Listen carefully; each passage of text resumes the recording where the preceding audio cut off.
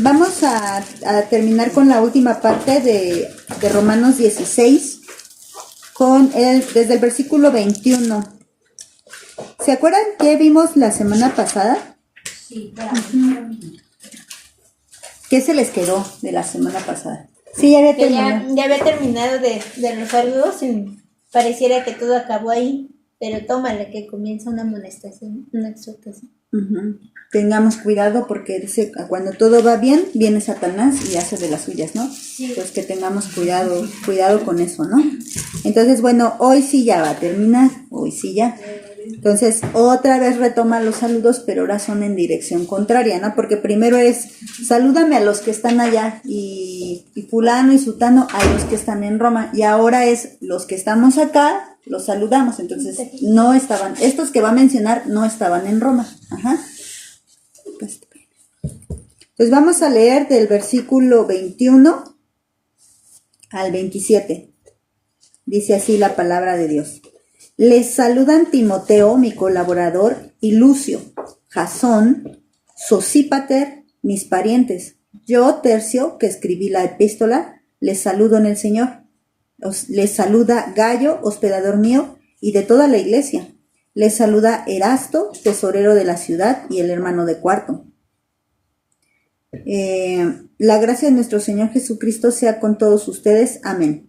Al que puede confirmarlo según mi evangelio y la predicación de Jesucristo, según la revelación del misterio que se ha mantenido oculto desde tiempos eternos, pero que ha sido manifestado ahora y que por las escrituras de los profetas, según el mandamiento del Dios eterno, se ha dado a conocer a todas las gentes para que obedezcan a la fe. Al único y sabio Dios sea la gloria mediante Jesucristo para siempre. Amén. Entonces, bueno, termina la carta a los romanos con de acá los saludan, pero también termina dándole la gloria a Dios, que es eso no se nos debe de olvidar. Y lo que yo olvidé fue leerlo desde acá, pero acá está. Entonces,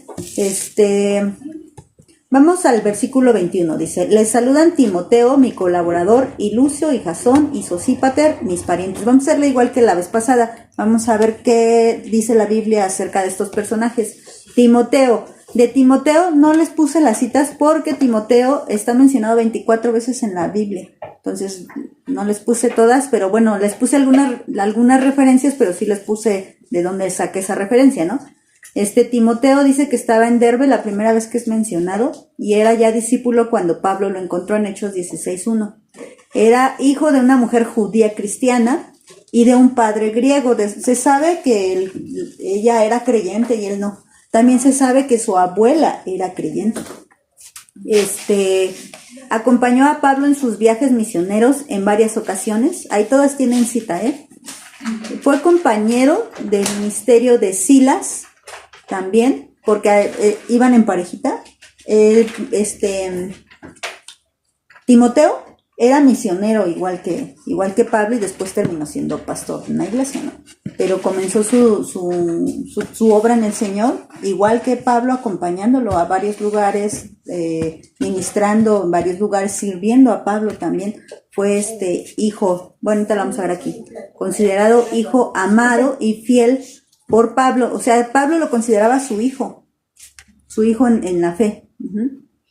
Les dije que fue compañero de Silas, también fue compañero dice ahí, compañero de Erasto. Luego ¿Timoteo fue el que fue enseñado por su abuela? Ajá. Sí. Por su abuela y por su mamá. Al que se le escriben y las... fue el apoyo de Pablo. Sí. El compañero de Pablo. Ajá. Le doy vuelta tantito, tal se la regreso. Dice primera de Timoteo que era un verdadero hijo en la fe. Así dice. Le fue escrita 2 cartas por parte de Pablo para ser instruido. Esto fue porque era muy joven y fue puesto como pastor. Ajá, fue enviado creo que sí se los puse aquí, enviado por Pablo a Filipos, pero creo que no se los anoté. De donde se quedó fue en Éfeso. Y ahí es donde se queda, que dice que nadie tenga un poco tu juventud, es cuando le dice Pablo. ¿Por qué? Porque era muy joven cuando él empezó a ser pastor, pero él era ejemplo en la fe. Estaba también otra de las funciones que era encargado de dar informes acerca del trabajo de Pablo, o sea, iba y venía y llevaba información, pero de buena manera, ¿no? No andaba de chismoso, sino que llevaba, porque acuérdense, en aquel entonces no había celular, no había teléfono, no había ni siquiera los telegramas o alguna forma así rápida de comunicarnos, porque los hermanos estaban preocupados, ¿y qué pasa con Pablo? ¿Y cómo están los de la iglesia de allá? Entonces había que mandar a los propios hermanos para informar qué pasaba con las iglesias, ¿no? Luego dice que mencionado en los saludos de la carta a los romanos, los filipenses, colosenses, primera y segunda tesalonicenses y Filemón, pero fíjense, lo menciona igual que aquí, le saluda a Timoteo, o sea que estaba con Pablo mientras él escribió esas cartas. Mientras él escribió a los romanos, a filipenses, o sea, Timoteo estaba como muy al tanto también, muy al par del ministerio que tenía Pablo. Y la última dice, estuvo preso, esto lo dice en Hebreos. Ya ven que dijimos que la carta a los Hebreos tiene muchas características de haberlas escrito, por lo menos dictado Pablo. Que no se presenta, les es extraño que no se presente en la carta a los Hebreos, pero bueno, tiene una razón de ser, porque él era apóstol a los gentiles. Entonces, él no se presenta, pero escribe una carta a los Hebreos. Tiene muchas marcas de que es Pablo el que escribió esa carta a los Hebreos. Y también esto es algo importante que él dice que Timoteo ya quedó en libertad, o sea, da aviso, ¿no? O sea, también lo conocían ahí con la iglesia de los hebreos, también lo conocían, y entonces sabemos que él estuvo preso por causa del evangelio también, Timoteo, ¿no? Y que gracias a Dios también consiguió ser libre. Ajá. ¿Listo? Ok, entonces también dice que era su colaborador, ya lo vimos, y dice Lucio, buscamos a Lucio, y Lucio solamente aparece otro Lucio, y no sé si es el mismo, en Hechos 13:1, y nada más dice que era de Cirene. No sé si sea el mismo. Y no sabemos nada de él. Nada más la mencioné. Nada de él. O sea, obviamente era hijo de Dios, obviamente estaba siendo parte de la iglesia, pero nada, el Señor no escribió nada acerca de Lucio, no porque no fuera importante, ¿verdad? Y luego dice Jasón, ahí se me fue la I. Jasón, cuando busqué a Jasón, lo encontré, encontré un Jasón en Hechos 17:5-9, y ahí dice que Jasón estaba en Tesalónica, que recibió a Pablo en su casa. Yo creo que sí es el mismo. Recibió a Pablo en su casa y bueno, él es hijo de Dios, ¿no? Y él también es judío. Y él recibe varias ocasiones durante 3 semanas a Pablo y a los que iban con él para que les enseñara las escrituras. Pero entonces los que estaban ahí en Tesalónica se juntaron, llegaron a su casa, arremetieron contra él y se lo llevaron. Entonces lo llevaron aquí, dice que se tuvo que pagar fianza para que lo dejaran en libertad. Entonces Jasón también padeció por el evangelio. Ajá, sí, porque dice mi pariente, entonces quedamos que pariente puede ser familiar o paisano. Ajá. Entonces fue acusado de trastornar a los de Tesalónica, ¿no? Y bueno, ahí está. Después dice Sosípater, y de Sosípater solo sabemos que dice paisano. Es lo único, no dice nada. Entonces, ¿quién sabe quién era ese? Sosípater, no sé quién era. Y luego dice en el 22, yo, Tercio, que escribí la epístola, les saluda en el Señor. Tercio era alguien que ayudaba a Pablo, pero es que yo lo busqué y resulta que Tercio solo aparece aquí. Yo pensé que iba a aparecer en muchas cartas porque él le ayudó a transcribir, pero pues no. Entonces seguro sí le ayudó con la de Romanos, pero las otras, quién sabe. Entonces yo pensé que él iba a ayudar. Entonces Pablo requería ayuda por su problema de vista, requería ayuda para escribir. Entonces él dictaba, aquí sabemos que Pablo dictaba la epístola a los Romanos y Tercio escribía. Entonces Tercio aprovecha y mete su saludo, dice yo Tercio. Y ahí dice, le saluda Gayo, hospedador mío y de toda la iglesia. Bueno, vamos primero con Gayo. Resulta que hay 2 Gayos mencionados. Bueno, algunos piensan que 3, yo pienso que son 2.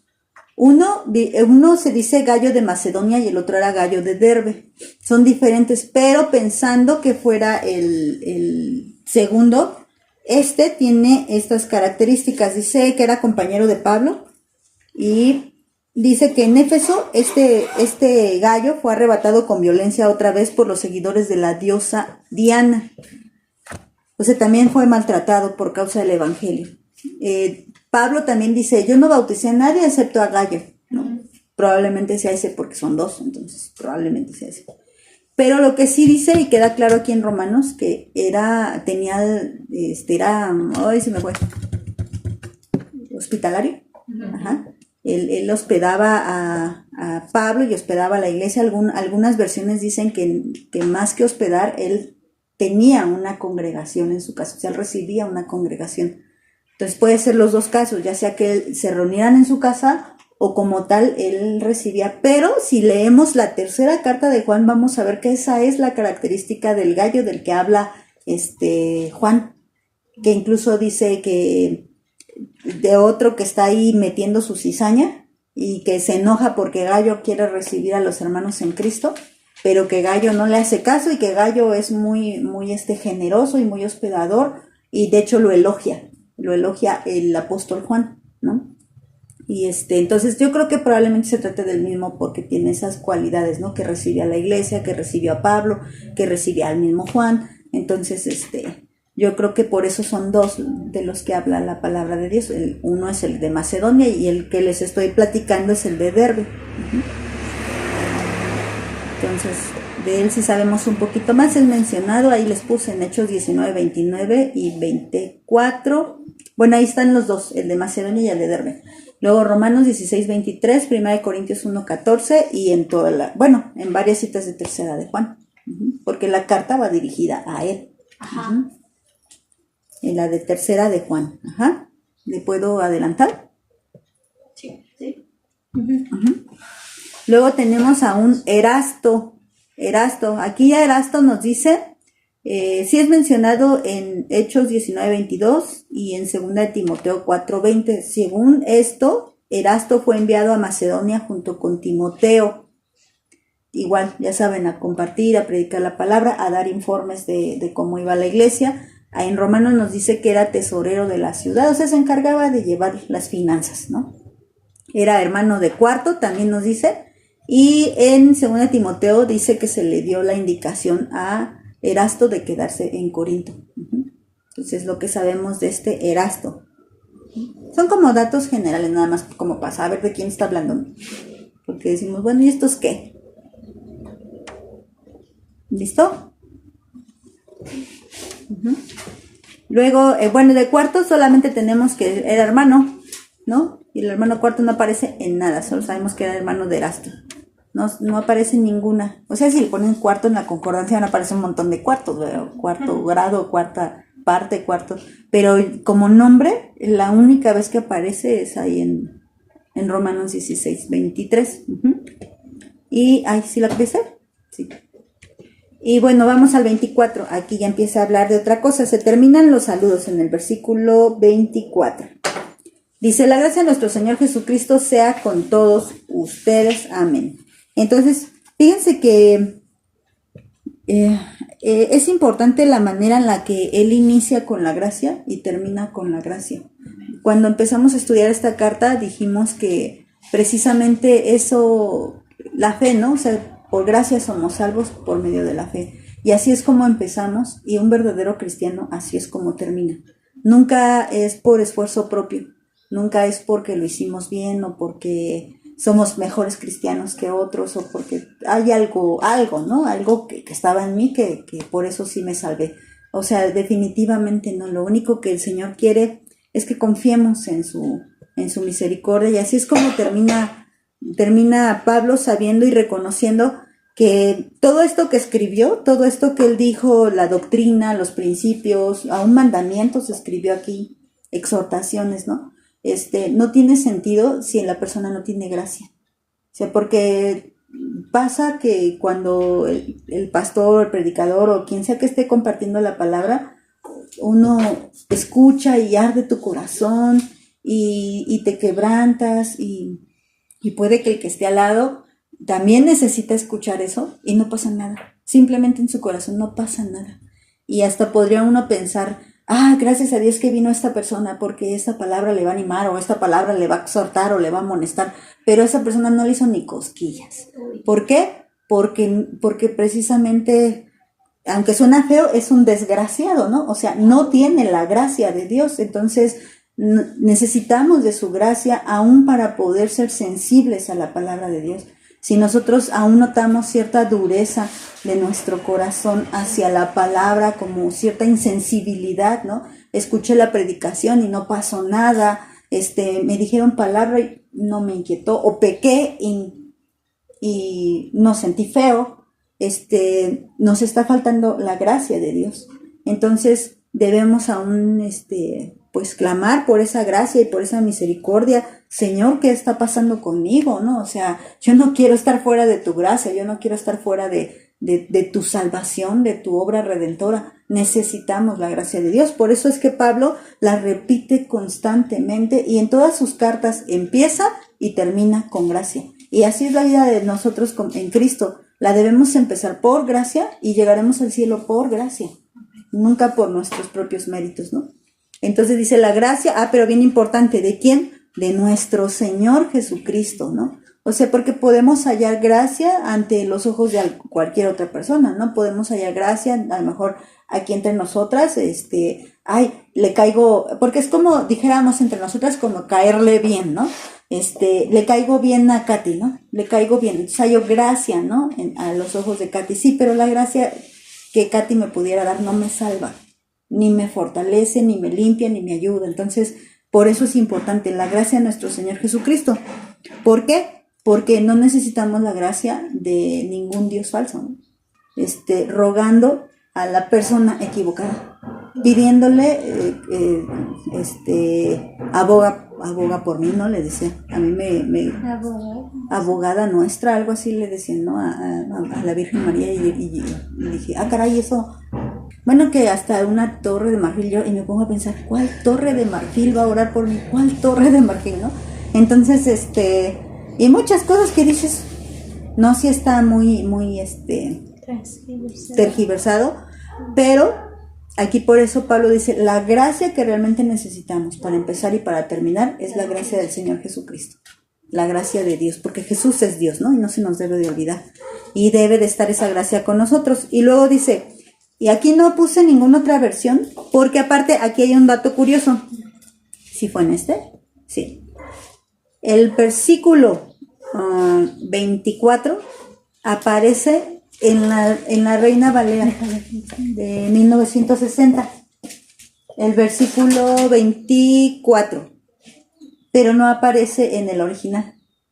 O sea, la estuve buscando para detallarle un poquito más. Obviamente hay palabras que sí se usan. No está fuera de contexto, o sea, la Reina Valera sí tiene eso agregado, pero como tal no está poniendo algo antibíblico, ni tenemos que espantarnos para, está diciendo algo que no es, porque no es cierto. O sea, se necesita la gracia, y como tal, en el original, digamos que va del versículo 23 al 25, ¿no?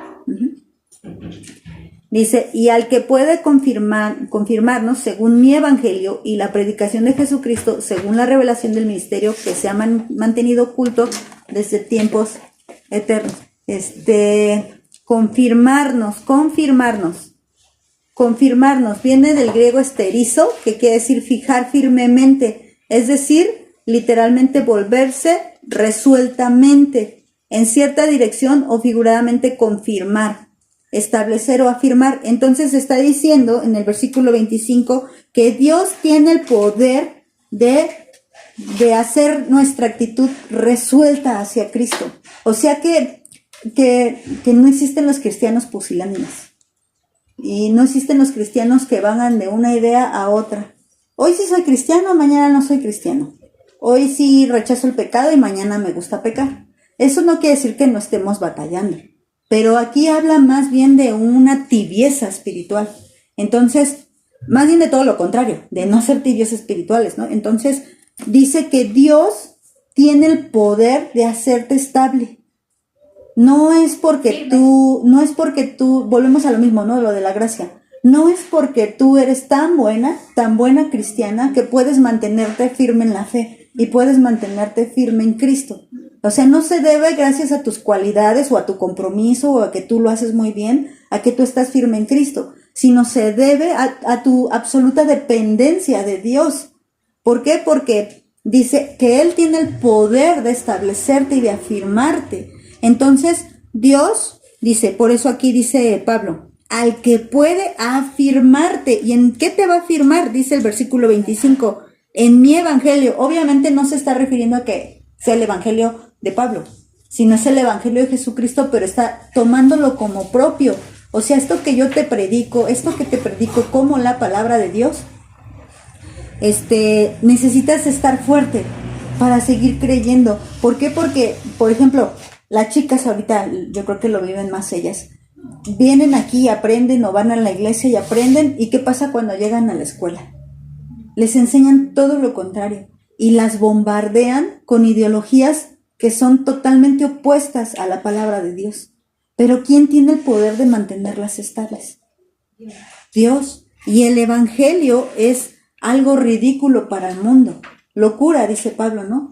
Para el mundo es locura que simplemente te diga, no tienes que ser bueno para ir al cielo, lo único que tú tienes que hacer es creer absolutamente en Jesucristo, porque Jesús ya pagó, ¿no? Entonces dicen, ¿así de fácil? Y no sé quién me está diciendo que decía, los cristianos son bien, la religión más ridícula que hay, porque hacen de peor, hacen lo peor y de todo, y ya luego nada más se arrepienten y van al cielo, ¿no? Bueno, no es así, no se trata de eso, no es simplemente así de sencillo. Más bien que tenemos que arrepentirnos, tenemos que humillarnos ante la presencia de Dios y recibir y aceptar el pago que Cristo ya dio por mis pecados, ¿no? Entonces no es así de sencillo, pero no es fácil mantenerte en la fe, pero Dios tiene el poder de mantenerte en la fe. No es fácil, no es fácil para los incrédulos, ¿eh? Y para un cristiano tampoco es fácil, pero para nosotros es posible, ¿no? Entonces dice, al que puede confirmarnos según mi evangelio, ya le puse aquí otra versión, según mi evangelio y la predicación de Jesucristo. O sea que, por eso les repito, no está hablando de un evangelio diferente, por eso está diciendo la predicación de Jesucristo. El evangelio que nosotros enseñamos y aprendemos es lo que Cristo vino a predicar, lo que Él dijo acerca de sí mismo. Dice, según la revelación del misterio que se ha mantenido oculto desde tiempos eternos. Entonces, ¿qué está diciendo? Que antes todo esto que ahora ya sabemos estaba oculto. Estaba oculto primero para todo ser humano, pero aún después está oculto para cada ser humano hasta que llega Cristo.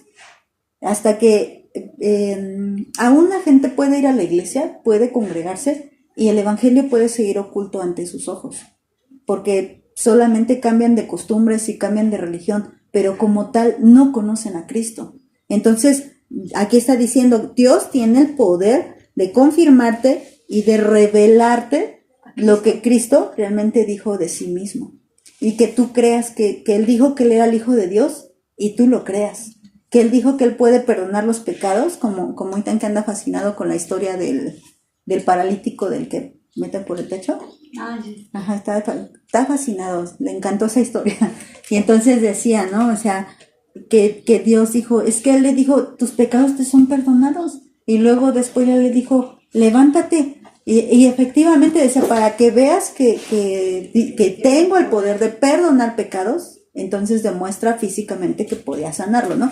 Entonces, Dios puede revelarte todo eso, que no sean solamente historias ficticias o mitología. Hay gente que piensa que la Biblia es mitología y no es así. La Biblia es la palabra de Dios, ¿no?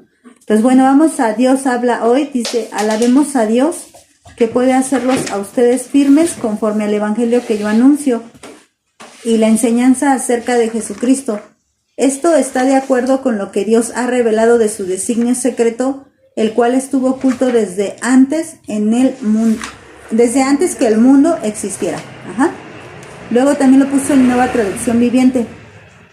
Que toda la gloria sea para Dios, quien puede fortalecerlos tal como expresa la buena noticia. Lo dice muy, muy bonito y como muy poético, ¿no? Dice, en este mensaje acerca de Jesucristo se ha revelado su plan para ustedes, los gentiles. Un plan que estuvo guardado en secreto desde el principio del tiempo. Aquí también como que resalta esta parte.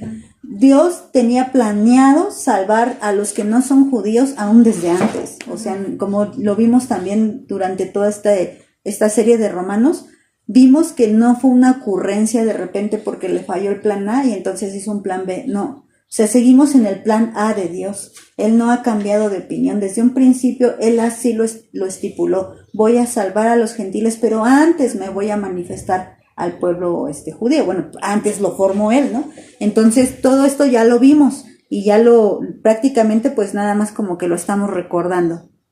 Vamos al 26, dice: pero que ha sido manifestado ahora y que por las escrituras de los profetas, según el mandamiento de Dios eterno, se ha dado a conocer a todas las gentes para que obedezcan a la fe. Y vuelve a repetir lo mismo, o sea, estaba oculto antes, porque la Nueva Traducción Viviente como que juntó 25 y 26, ¿no? Estaba oculto antes, pero ahora se ha manifestado. Y acuérdense que esta palabra manifestar es dejarse ver.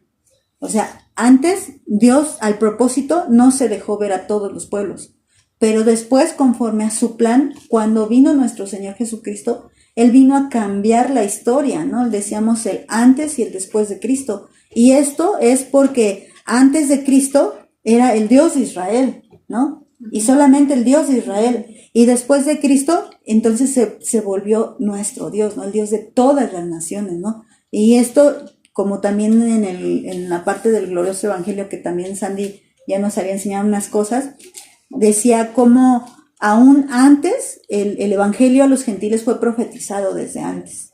No es algo nuevo, les vuelvo a repetir. O sea, Él avisó. El propio David en sus salmos decía: y todas las naciones te alabarán. ¿Y por qué lo iban a alabar si ni lo conocían? Bueno, pues porque Él ya estaba profetizando que un tiempo Dios se manifestaría, se dejaría ver a todos sin importar de qué raza seas, o de qué pueblo seas, o qué costumbres tengas, o qué tan pecador seas. Dios puede restaurar la vida del que sea. No importa, no va a ser ni a un tipo de gente sí, a un tipo de gente no, a todos. Dios da la oportunidad de salvación a todos.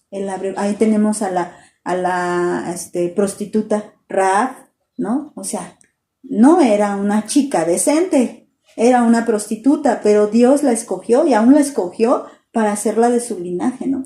Entonces nosotros, aunque sanguíneamente no somos de su linaje, pues sí lo somos. Porque ya por nosotros, si somos hijas de Dios, ya corre sangre de Cristo. Entonces ya somos parte de ese linaje, ¿no? Y ahora dice, lo estaba oculto y ahora lo manifiesta. Y aquí dice, y ya lo había dicho por sus profetas, según el mandamiento del Dios eterno, y se ha dado a conocer a todas las gentes. ¿Y cuál es el propósito? Para que obedezcamos. O sea, el que sepas que Dios te salva no es para que sigas teniendo tu vida impía delante de Dios. O sea, es para que ahora obedezcas, para que ahora sometas tu voluntad a la voluntad de Dios. Eso volvemos al versículo 25. Dios tiene el poder de hacer eso. O sea, obedecer a Dios no es fácil, pero Dios tiene el poder de hacerte obedecer. Dios tiene el poder de hacerte llevar el mandamiento, de que tú lleves un camino como un pueblo de Dios. Acuérdate cuál era la diferencia entre el pueblo de Israel y los demás pueblos. Y cuando Dios le dio los mandamientos, e incluso cuando le dijo, ustedes no van a trabajar en sábado. ¿Por qué? Para que vean una diferencia entre los demás pueblos y ustedes. Ustedes no van a hacer lo que hacen las otras naciones. Ustedes no van a estar consultando muertos, ni adivinos, ni hechiceros, ni van a estar pasando a sus hijos por fuego, porque ustedes son santos y apartados para Dios, y los demás no. Y ahora dice, ahora Dios tiene el poder para que nosotros somos los otros pueblos. Nosotros venimos de costumbres así. Consultamos a muertos, nos gusta la hechicería, la adivinación. En todo hay superstición. Y veníamos así. A mí me enseñaron que si veía un remolino dijera cruz, cruz, cruz, y que se vaya al diablo, ¿no? Que se vaya al diablo y que venga Jesús. Así decían. Y yo veía un remolino y cruz, cruz, cruz, cruz. Y así, ¿no? O ¿qué más nos enseñaban? O sea, muchas cosas que nos enseñaban. De esos pueblos venimos.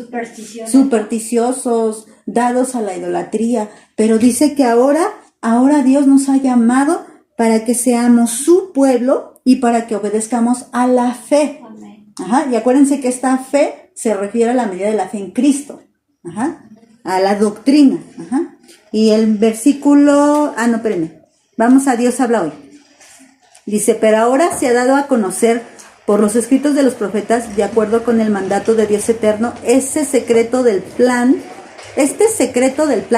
de Dios se ha dado a conocer a todas las naciones para que crean y obedezcan. Y aquí volvemos a repetir, porque la gente no obedece, porque no cree. O sea, cuando nos encontramos con un pecado que no queremos dejar, es porque no creemos, nos hace falta creer. Nueva traducción viviente. Dice, pero ahora tal como lo predijeron los profetas y el Dios eterno lo ha ordenado, ese mensaje se ha dado a conocer a todos los gentiles en todas partes para que ellos también puedan creer y obedecerlo a él. Y palabra de Dios para todos. Ahora nos da a conocer ese plan a través de los escritos de los profetas. El eterno Dios ha ordenado que los que no son judíos conozcan el plan para que crean y obedezcan a Dios. Bueno, es que ni los judíos obedecieron, ¿no? Y la única forma de obedecer es a través de la gracia de Dios, ¿no? Por eso empezó con la gracia. Y por último, el versículo 27. Al único y sabio Dios sea gloria mediante Jesucristo para siempre. Amén. Entonces, parece como muy sencillo, pero estas partes son las que luego nos brincamos, ¿no? O sea, ¿cuántos dioses hay? Uno, ¿no? ¿Y quién es sabio? ¿Nosotros o Dios? Dios. Pero a veces cuando tomamos decisiones, Dios te da un mandato, pero tú opinas otra cosa. Y si terminas haciendo lo que tú opinas es porque consideraste que tú eres más sabia con respecto a ese punto.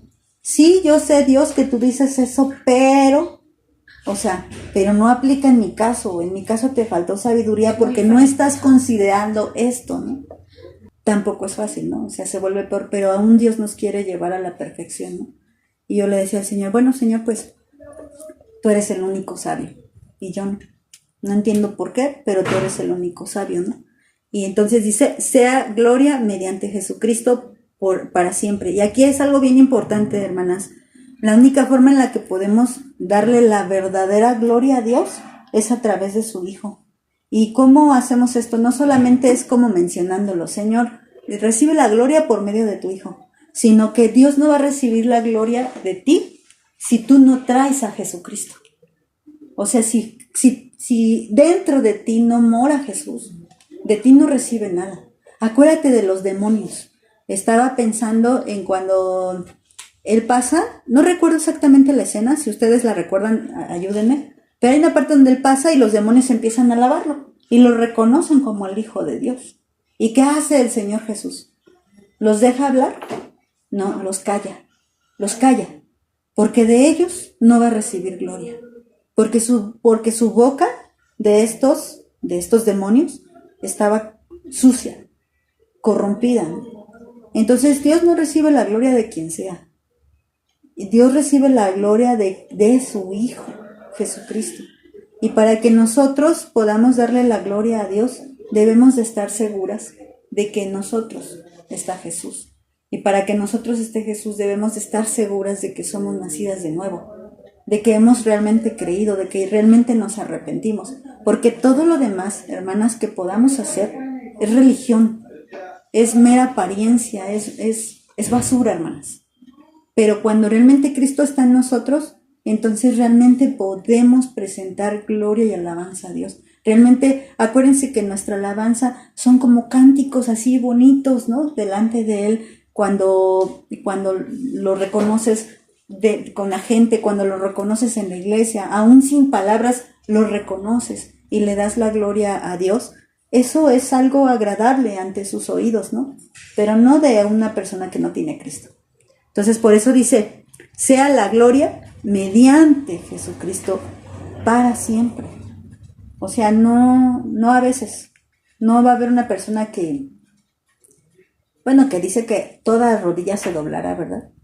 Pero eso ya lo está hablando en otras circunstancias. ¿En qué circunstancias le daremos gloria? ¿Aquí mediante Jesucristo? ¿O cuando toda rodilla se doble? Incluso de los que vayan al infierno, ¿no? Entonces, busquemos, hermanas, realmente tener una relación auténtica con Dios. Al terminar ahorita ya la epístola a los romanos, si le sacamos provecho, o sea, yo creo que nos quedamos muy cortas, ¿no? Con todo lo que estudiamos, y aún siento que, no sé si ustedes se sientan igual, pero yo me siento así como que qué banquetazo nos echamos con Romanos, y aún así sé que probamos una pequeña parte, ¿no? De Romanos, y con esto me maravillo. Y podemos sacar muchas cosas, y sobre todo lo que sacó Martín Lutero, que fue su salvación, ¿no? O sea, cuando Martín Lutero empezó a estudiar Romanos, encontró a Cristo. Entonces nosotras tenemos que encontrar a Cristo, si es que no lo tenemos, ¿no? Entonces algo bien importante que evaluemos si Cristo está en nuestro corazón. Entonces dice amén. Acuérdense que el amén es así sea, ¿no? Entonces vamos a orar. Y